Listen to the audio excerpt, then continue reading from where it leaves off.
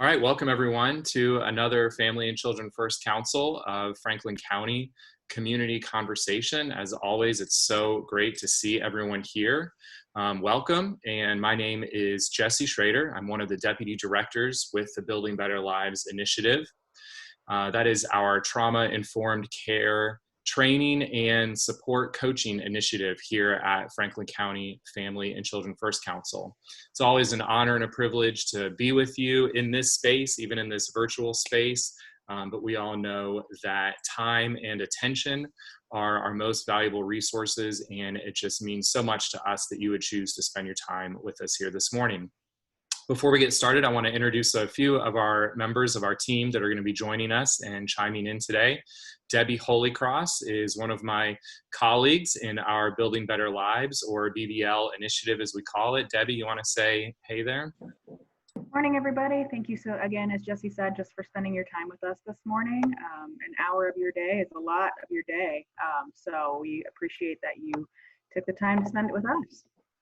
Thanks. And we also have Eve Fitch, who is connected with the Columbus React team, which if you don't know about Columbus React team, the RREACT team, another great thing to look up and see the great work that they're doing. They are on the front lines of the opioid response team, and she is connected with the Columbus Fire Department, and she'll be chiming in as well. Both her and Debbie will be offering some insights and discussion. Eve, do you want to say hi to folks? Good morning. Good morning. And finally, before we get started, I want to acknowledge our agency leadership. Jane Wide is the director of Franklin County Family and Children First Council, and Julie Bizard is our assistant executive director. And together, just really want to recognize their leadership and how they have worked so hard to pave the way for our agency to bring trauma-informed and brain-based content to our community and to our partners that we work with. So appreciate so much the work that they have done, and I think they will be connecting with us here today as well. So I want to just put up one more quick poll for folks, because today's going to be kind of a continuation of last week's conversation. And if you were part of our conversation last week, you know that we were discussing this concept of we are all in the storm together, but we're not in the same boat. And the COVID-19 pandemic and the coronavirus situation that we're all going through is really this global experience. It's something that in many ways is unprecedented, just because in a way, we are all going through this together. We are all in this storm of this global pandemic from, across the continent and the country and really across the world. But at the same time, we recognize that the experience in the situation is different for every person and different for different communities. And so while we are in this storm together, we are not in the same boat. And we started this conversation last week, but we felt like there were just some aspects of it that would be valuable to continue to dig into and continue to kind of talk about as what that impact and what those implications are. And so it's good to know that a few folks were with us last week, but we also have a few new people. So we'll just kind of review that concept a little bit. And then I really want to stress that this is meant to be a community conversation. Your participation and your input is really what makes this valuable for all of us, and hopefully valuable for you as well. So please, you're welcome to offer comments and questions, ideas in the chat box area if you haven't already pulled that up. A lot of folks will use that chat area to just kind of chime in and share a quick thought or an idea. And Debbie will maybe take a chance to read those things out if there are particularly important things that are useful to share from that section. You're welcome to unmute your microphone and just kind of say, hey, can I make a comment? Just interrupt me and chime in. It's no problem. So feel free to unmute and contribute if there's something that we're touching on that you want to share a story or offer an insight or a question. And then keep your microphone muted if you're not contributing, just to keep that sound quality good. We are going to also use a discussion breakout group again this week. We did that last week, and that seemed to go really well. So it looks like, we're maybe almost, we got about 60% of folks who were with us last week, but a few new people as well. So I'm just going to kind of quickly review this idea about being in the storm together, but not in the same boat, especially from a brain-based and trauma-informed perspective. And then I'll invite Debbie and Eve to kind of share some specific examples of kind of what that means. And Debbie also put in the chat box area there the message that we wrote and shared out last week that kind of explains this concept. And so you can download that by clicking on that file in the chat area. So this idea about being together in the storm but not in the same boat, there are two main factors that impact what our individual and collective experience is going to be, and that is our past experiences and our access to current resources. So our past experiences are really going to shape kind of the size and the condition of the boat that I am in, if you want to continue that metaphor. So if I am an individual who has experienced significant adversity, has experienced significant trauma, has had a lot of hardships, then I will be in a less prepared state to experience another threat and another adversity. So if I have a weakened immune system because of past illnesses, if I do not have very many, very many connections to my community because of past experiences where I've been marginalized or isolated, maybe I've moved to a new part of the country to get away from some experiences that were threatening and damaging to me, then I don't have that current support that I need, and my past experiences are going to put me at a higher risk for where I am at right now. Additionally, we all know that having access to current resources is really going to shape how I am able to kind of navigate that storm and navigate whatever that threat is. So do I have strong financial resources? Is my employment secure? In this current situation, we know that there's a lot of conversation around, quote, essential workers and what that really means. And folks who have the opportunity and the privilege to work from home or to work remotely, and individuals who don't have that opportunity and privilege and have to go to the work site, or maybe don't have employment anymore at all. So that's a resource that will give me more ability to navigate this threat and the challenges. Do I have access to healthcare? Do I have a support system? Am I able to, kind of navigate through the challenges that are facing me through this particular storm? And that's going to be different, again, based upon past experiences and what current resources I have.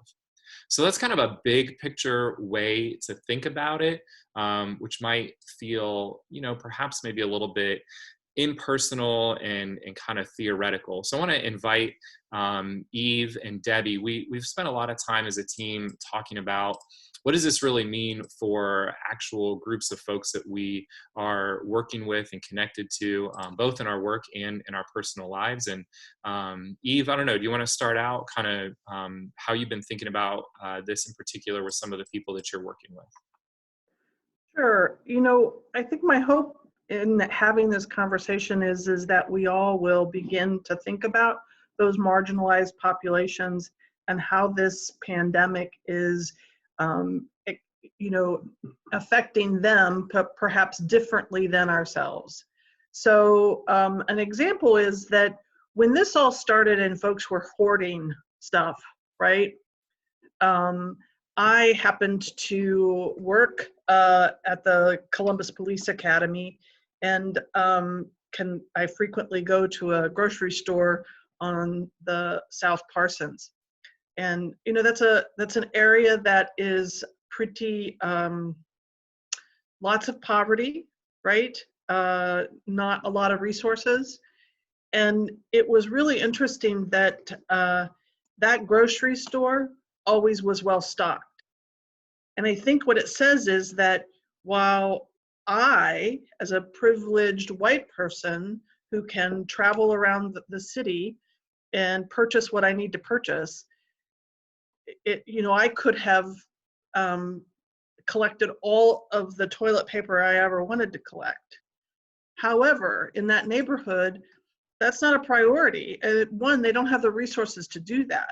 So they have to purchase what they can when they can.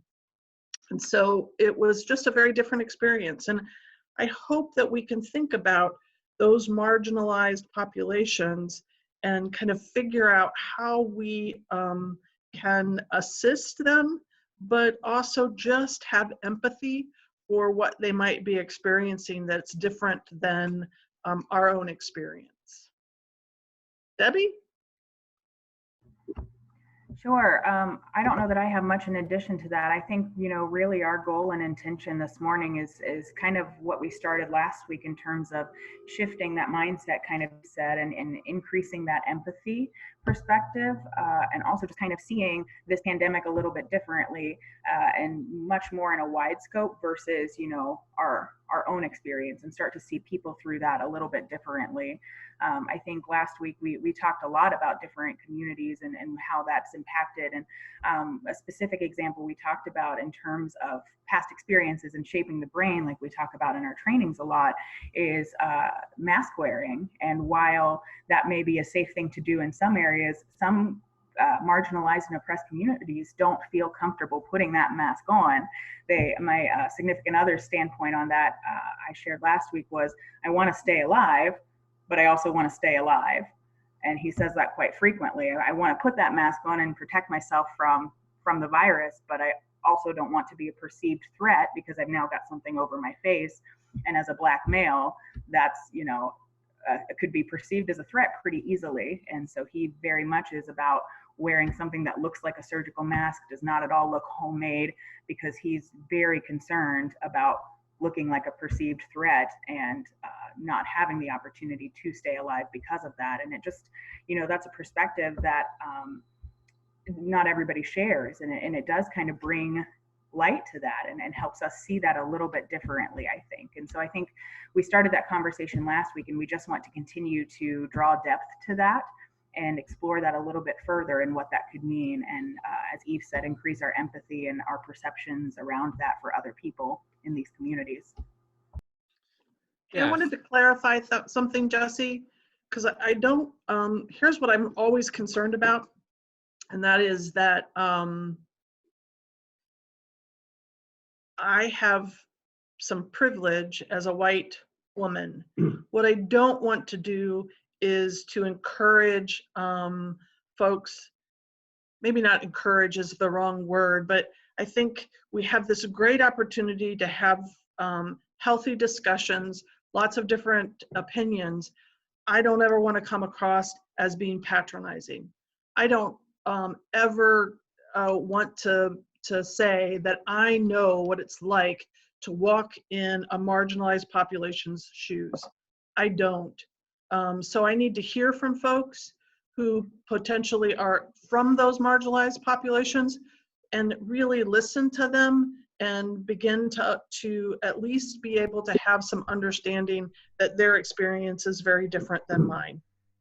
I think to expand on that too, Eve, you said it so well, but the examples I typically bring are race-based experiences based on my own experiences, but people of color are not the only marginalized or oppressed communities, right? There are a lot of different people who are experiencing that. So while those might be examples that I feel I can bring and share to people, there are so many others that we would like to hear about and gain perspective, and again, create that culture shift and have safe and relational discussions around.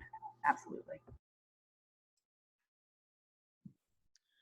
Thanks for that, for both of you, for that clarification and kind of opening up that conversation. And I just kind of want to reiterate and open it up to folks. So at any point here, feel free to kind of unmute and chime in if there are experiences or stories that you've seen that kind of illustrate this idea that the storm is hitting different people in different ways because of past experiences. And I know that each story and each experience is unique. Our own individual experience is valid and is the truth that we are experiencing, but the value of hearing from others opens up that understanding and that perspective. And especially as care providers, especially as people working in the helping professions, it is so vital to recognize that my experience isn't the only experience. And so I need to hear that from others so that as I enter into that helping relationship with a family or with a child or with a system, to recognize there may be other factors that I had not even considered at all, because there's a completely different experience. And to have that openness and that humility to hear, okay, this is a different way of viewing it and experiencing it. And so the behaviors that I'm seeing that at first might be surprising or confusing, there's actually some real legitimate reasons behind that. And we know from the trauma-informed and brain-based perspective, frequently those behaviors are coming from a position of keeping us safe and what is familiar. And my brain is kind of pushing me in the direction of, how do I know how to navigate stress and how to navigate a threat? And that's the way that I'm going to handle any new stress or threatening situation. So I would love to hear from folks, what stories that maybe are not being represented or shared, that maybe aren't being told in the media or through websites or news stories. What are some experiences that are challenging and that need to be brought to our attention?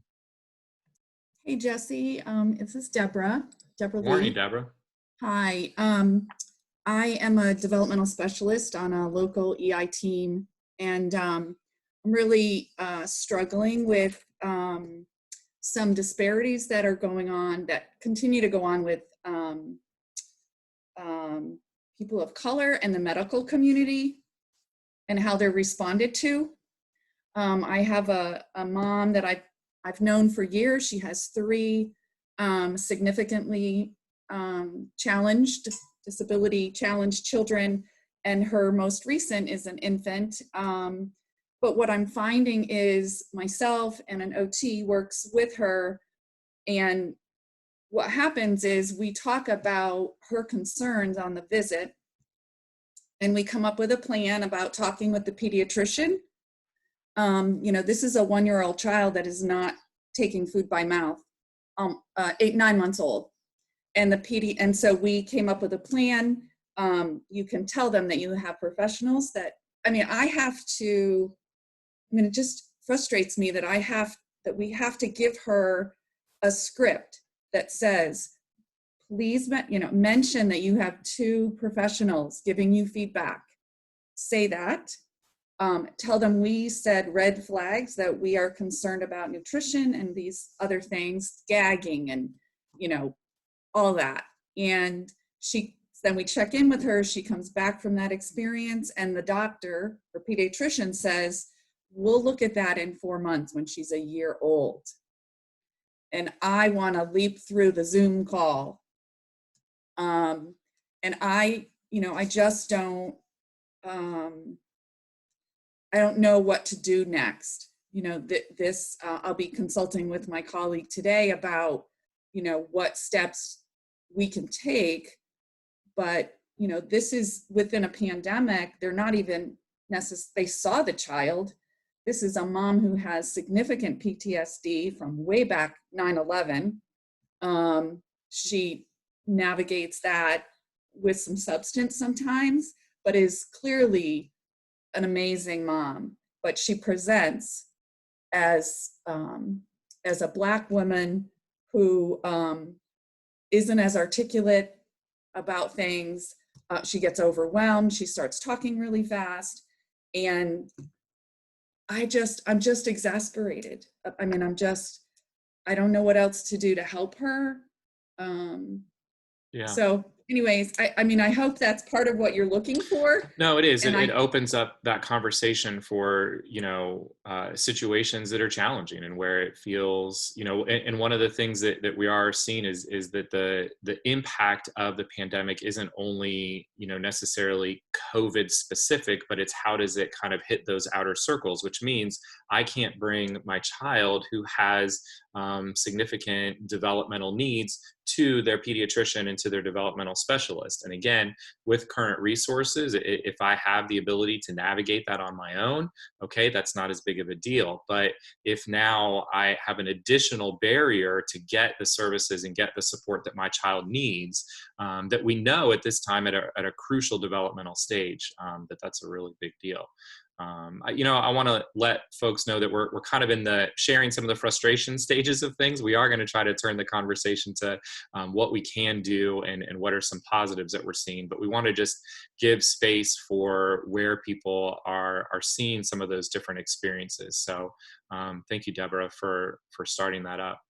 Katie kind of mentioning in the chat box area of working as a social worker in a doctor's office, receiving referrals for elderly folks who are homebound due to age or pre-existing conditions and not having anyone to assist them getting groceries, basic needs, let alone masks or thermometers or medical needs. So food pantries changing to drive-up services, and that assumes that folks have cars who can use that food pantry and they may not have access to a vehicle.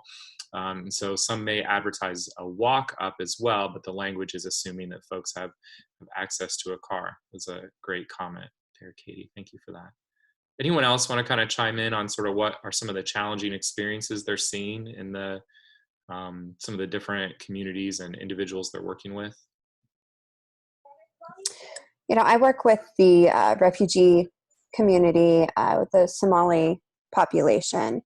And there's definitely some areas there that are not being seen. Our school is within one community in that refugee population, and food has been offered for the kids via that school, but not in that school. And a lot of the families don't have cars. They have, a lot of them are essential workers.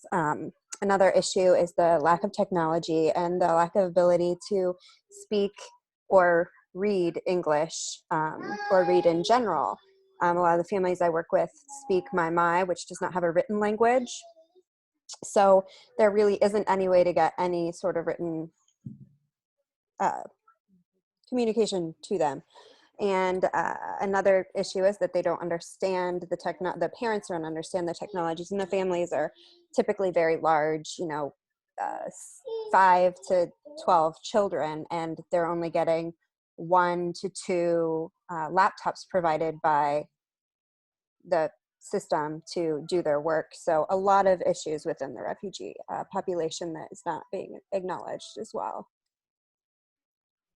Yeah, thanks for bringing light to that particular experience. And similarly, my wife is a ESL teacher, and so works with immigrant populations, many of whom are Muslim. And an interesting thing for that group that we've been trying to pay attention to and listen and learn from is that they've been celebrating and going through Ramadan these past several weeks. And I've seen some folks say that that's been a challenge, and some folks have said that Ramadan has been a blessing for them during this time, that it's been a way to focus on that spiritual support that they have. And now they're moving into the celebration of Eid.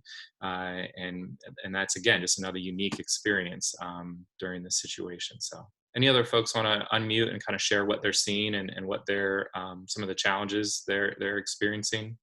Appreciate Dar Compton sharing, working with international college students who are stranded in Ohio, specifically Asian students experiencing isolation, rejection. I saw you unmuted. Did you want to share some more about it? Oh yeah, thanks, Debbie. Yeah, I was just, this has been a situation. I'm the Associate Director of Counseling at Denison University, and so we have about 315 international students, many of them who've been stranded since March. And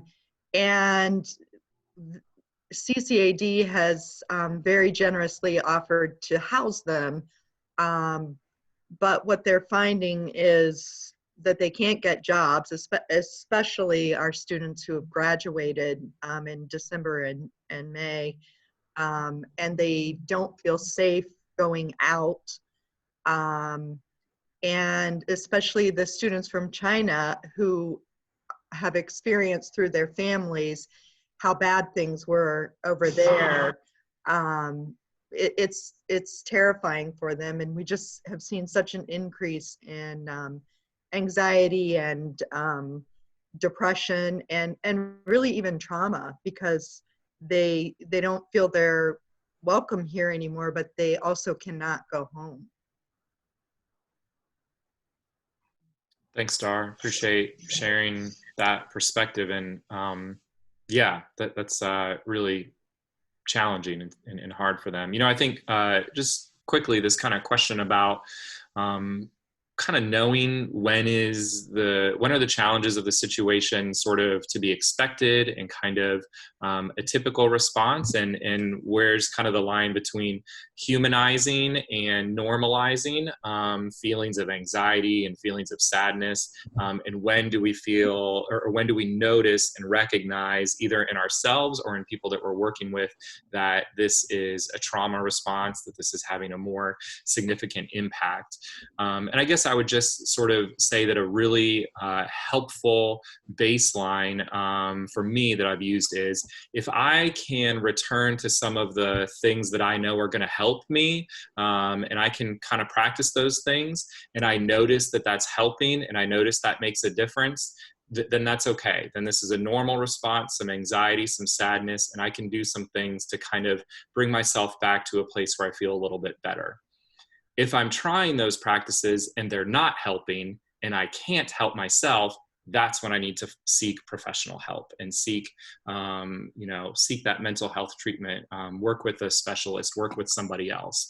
And in many ways, it's very similar to physical health. You know, if I notice that I'm feeling a little bit kind of sick today, all right, I'm going to drink more water, I'm going to eat a little bit healthier, and if I feel better in a couple of days, then I'm doing okay. But if I'm not feeling better in a couple of days, then I'm going to go see my doctor and I'm going to get an assessment. And so I think that kind of recognition that there's a certain humanizing and normalizing point of, we're experiencing these challenges, can we kind of use our best practices to get through it? Or if we're not able to kind of help ourselves, then we need to have that professional help. And recognizing that this is a overwhelming, stressful, and so therefore a traumatic experience for a lot of folks.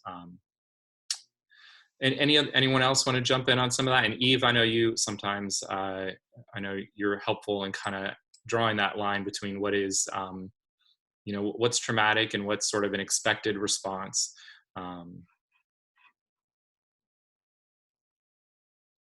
Jesse, I just wanted to comment about fatigue.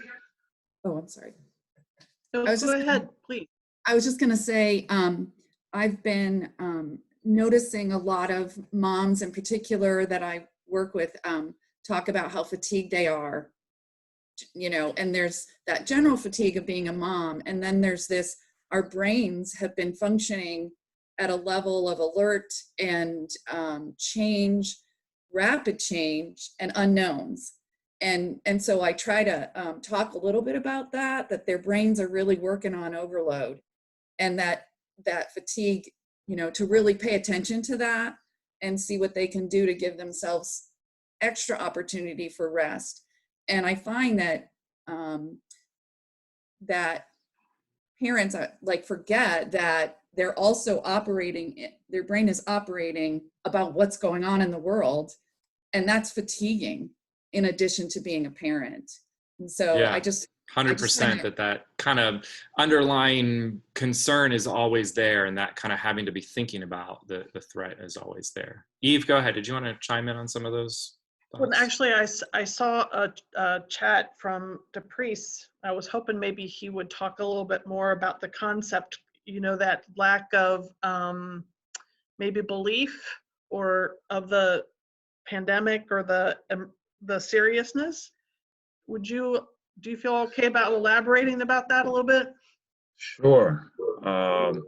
Just noticing in a lot of marginalized communities what poverty is, still talking with family members, like a lot of people are just still in denial about COVID-19, which means not practicing any precautions, no masks, no space. I think that's due to not really knowing anyone who who may have COVID-19. It just not it existing in their community.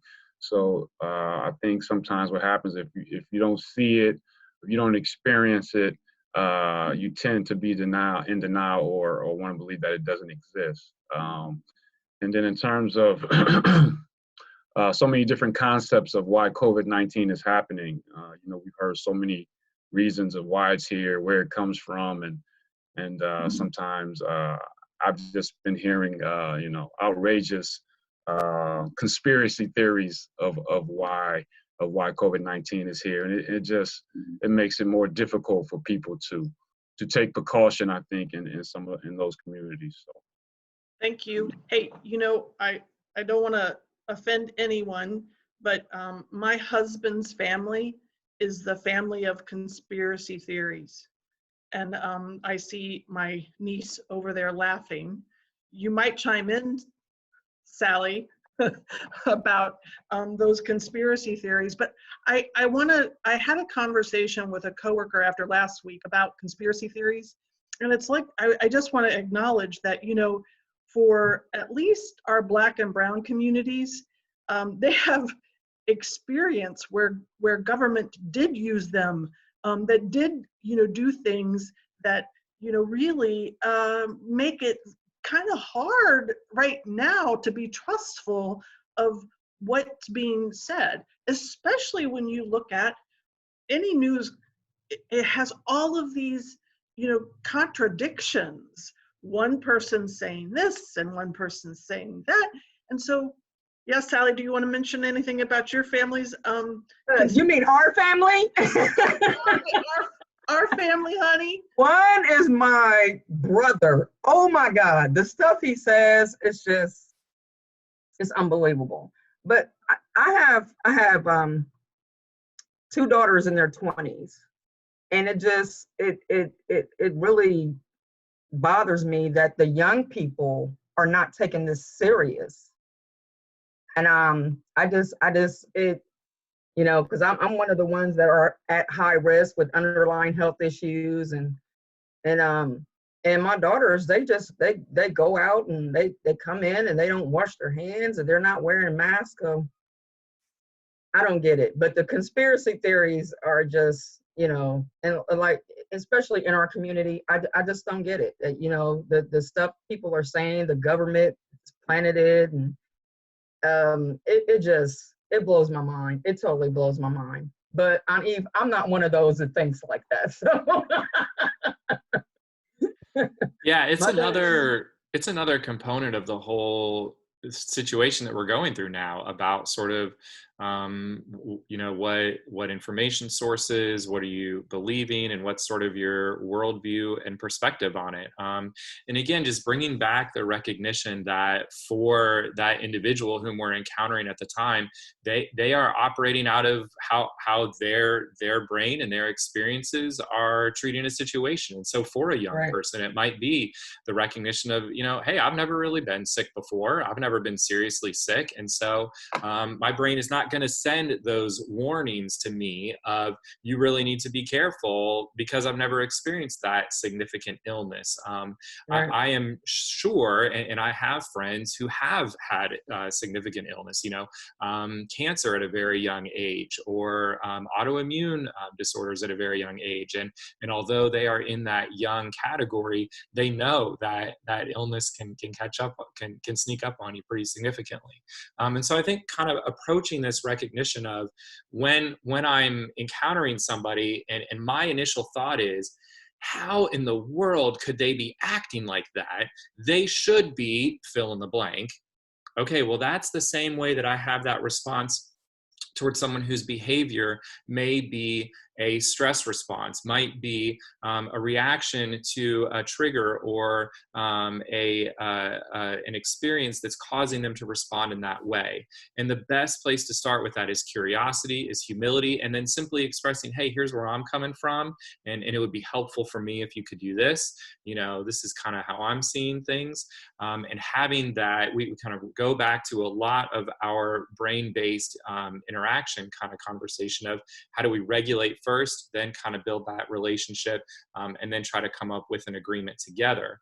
And I appreciate Adrian's comment there about, kind of wartime language, whether we're calling them frontline workers, or, even in general, if we kind of have aggressive language around, how people are behaving, that's not very regulating. And we've got to find that regulating language and that regulating space of how can we be in that calmer part of our brains to then establish that connection, and make a better decision moving forward. Go ahead, Eve. Jesse? Two things. I want to clarify that I by no means want to belittle people who have conspiracy theories. I want us to think about where some of that originates from. That when we think about marginalized populations, our Black and brown folks, our LGBTQ folks, they have had reason to be distrustful. And when we have mixed messages that are being sent to us, it's exacerbated. And I think— Do you mean that past experiences shape the brain? Absolutely. And cause hypervigilance?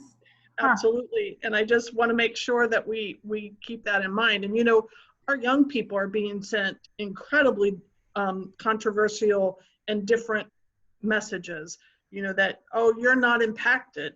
You don't worry about it, that kind of thing. So, yeah. So sorry, Jane.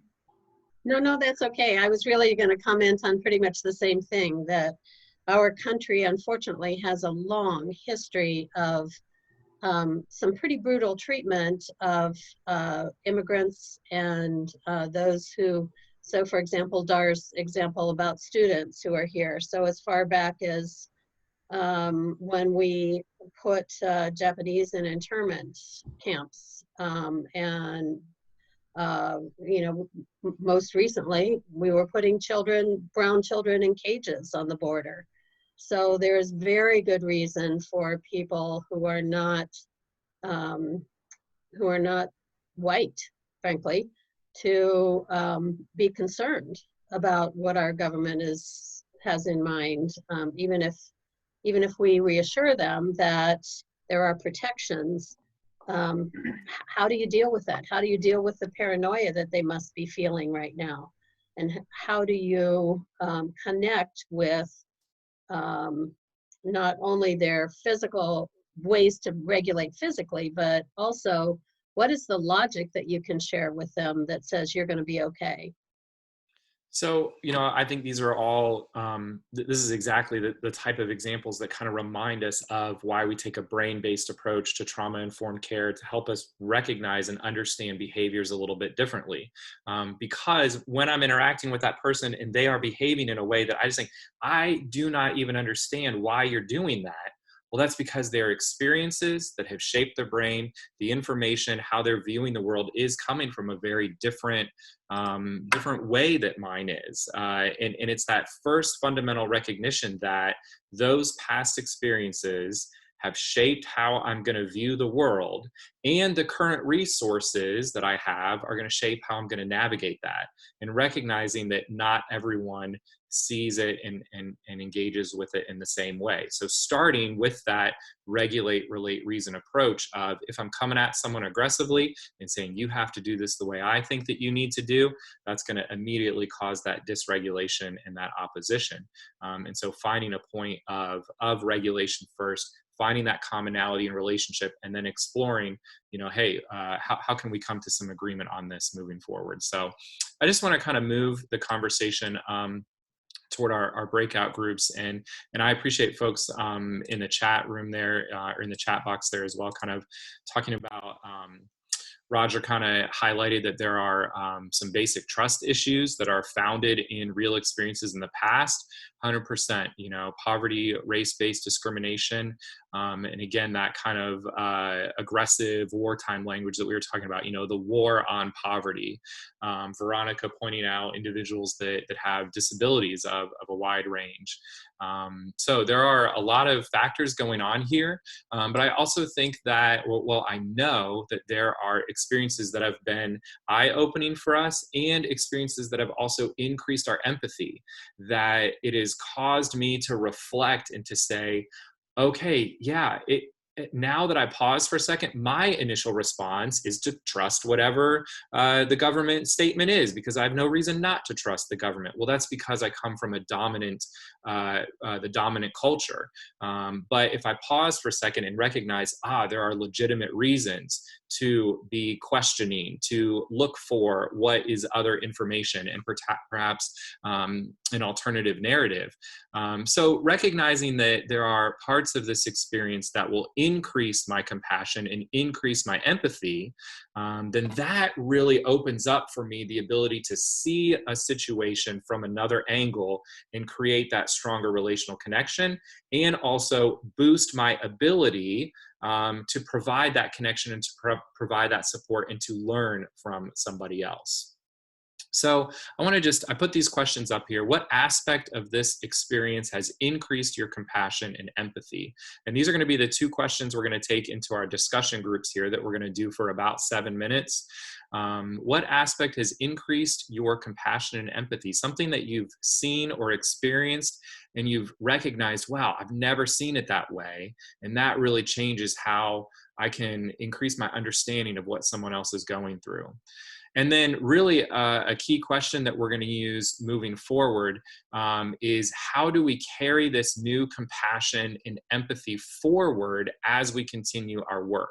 So if I gain some empathy, how do I not just forget that as we continue to move forward and do our work, but how do I carry that empathy, carry that insight and compassion as we continue to do this work moving forward? So I'm going to send you all to a breakout group. You'll see that invitation. The host is inviting you to join the breakout room, and you can join that and have that discussion in your group. So this is just a time for you to kind of share your truth and your experience of it, to listen and to learn, and then we'll come back together and hear from folks what they're reporting out.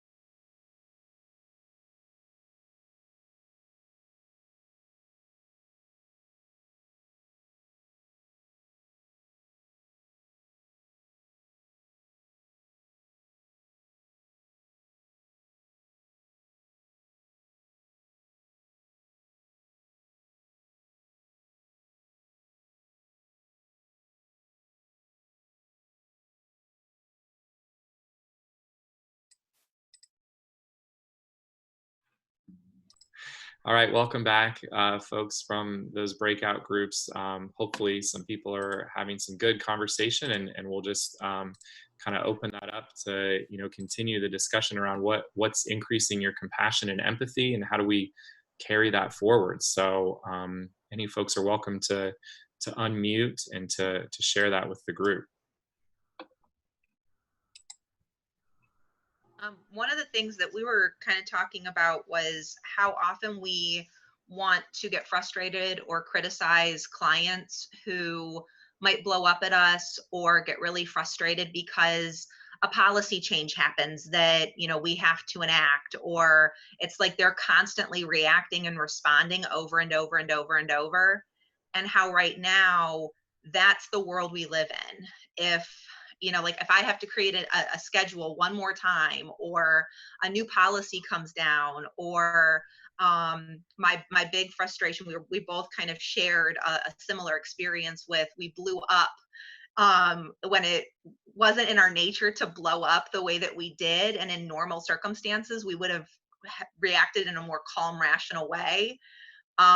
My particular blow up was when I was told I can't do something with social media because it's a policy within my internal organization. And I'm trying to continue programming in connection with youth, and I need social media platforms to do that. And I was told, no, you can't do that because it's against our policy. I'm like, well, fine.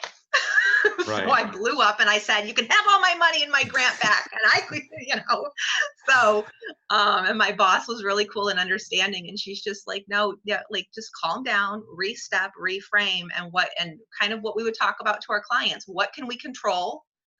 And let's pull it back to how can we do this in a different way? And I don't think that we often are able to have that shared experience with our clients in that same way of, if I have to live every day in this unknown or uncertainty and constant chaos, it's exhausting mentally, and it weighs on you, and then you're trying to do everything else. So yeah, having that shared knowledge and shared experience that we're all, to quote Dr. Acton, we're all in this together.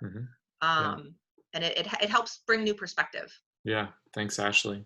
Anyone else want to kind of continue what you were discussing in your group breakout? I just wanted to add something that Ashley said that just really struck me, is that we, as we deal with our families, sometimes this is just another day in the life to them.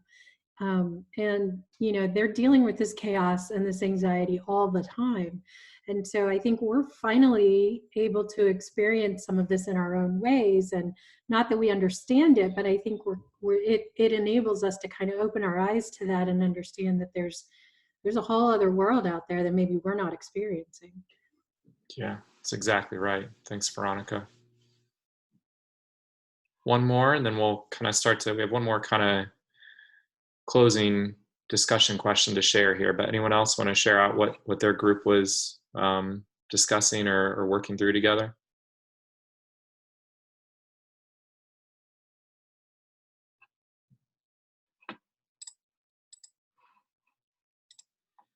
So as we kind of close our time here together, I do want to similarly kind of ask a question about what's providing a sense of hope that we can tap into and that we can pull from in order to kind of persevere through this challenge together. And we talk about a sense of hope when we talk about perseverance, when we are talking about our resilience factors.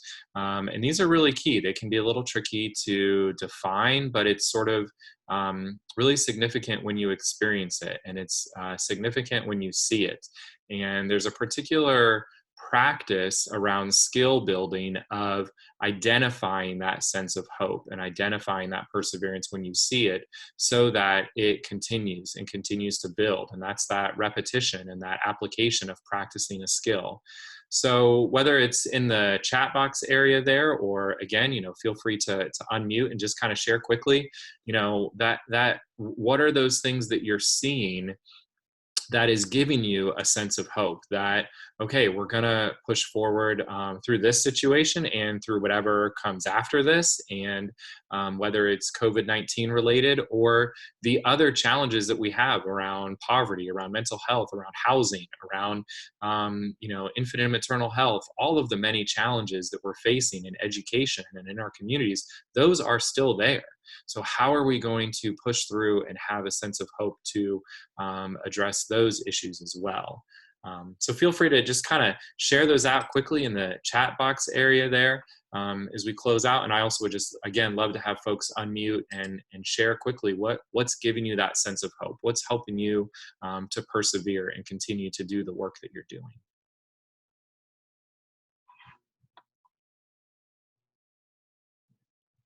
I'll share. I think one thing that is providing a sense of hope for me, and that I share with my kids often, is that this is not going to last forever. That eventually this will end. And I tell my son often that every storm runs out of rain. And so we are really just holding on to that, and also believing that something good will come out of this.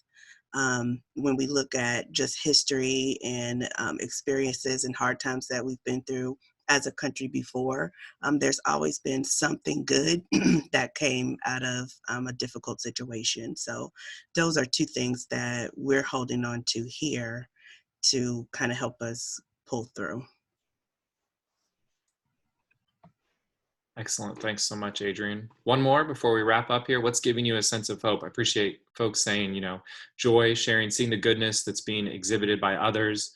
Katie sharing, seeing the community come together to help others, neighbors stepping up, people thinking creatively about solutions. Ashley sharing again about the drive and the value of connection, the importance of relationships that keep us resilient. Any other folks? One kind of experience that's giving you that sense of hope of how we're.